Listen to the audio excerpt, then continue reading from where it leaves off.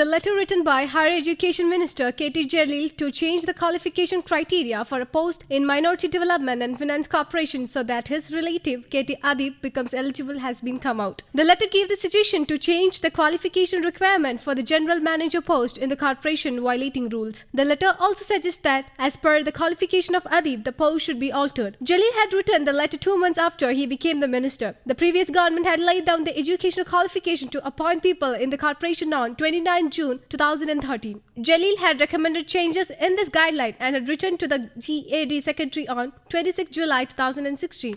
Jalil wanted the qualification for the post of general manager in the corporation to be BTech with BGDBA so that his cousin could be eligible. Adib, his second cousin, has BTech with PGDBA. The Lokayukta has pointed out this as strong evidence to substantiate the abuse of power, favoritism and nepotism from the part of the minister. The Muslim Youth League had alleged that Adib KT, a cousin of Jalil, was appointed as general manager in the Kerala State Minorities Development Finance Corporation, flouting rules. This forum is satisfied that the allegation of abuse of power, favoritism, nepotism and violation of oath of office is sustained. This forum is satisfied that the allegation of abuse of power, favoritism, nepotism and violation of oath of office is substantiated against Dr. K.T. Jalil, Minister for Higher Education and Minority Welfare, the Lok Ayukta said in its order. The Lok Ayukta observed that the direction to add the qualification was without any proposal or suggestion from the corporation and that Adib would not have been eligible to apply for it without alterations in criteria. Meanwhile, the minister in his Facebook post issued on Friday said that he would approach higher courts after receiving the copy of Lok Ayukta's report. Lok Ayukta's report further states that the minister had taken a dishonest stand on this issue. Lok Ayukta Act 1999 states that the Chief Minister must act on Lok Ayukta's report within 3 months from the date of issue. The action taken on the basis of the report must be reported to the Lok Ayukta. If the action is not satisfactory, Lok Ayukta must inform the governor about the issue via special report and that report must be submitted by the governor in the Legislative Assembly. The report suggests the minister has committed a violation of his oath specified in the 3rd schedule of the Constitution. This crisis cannot be resolved even by changing the portfolio of the minister. By the way,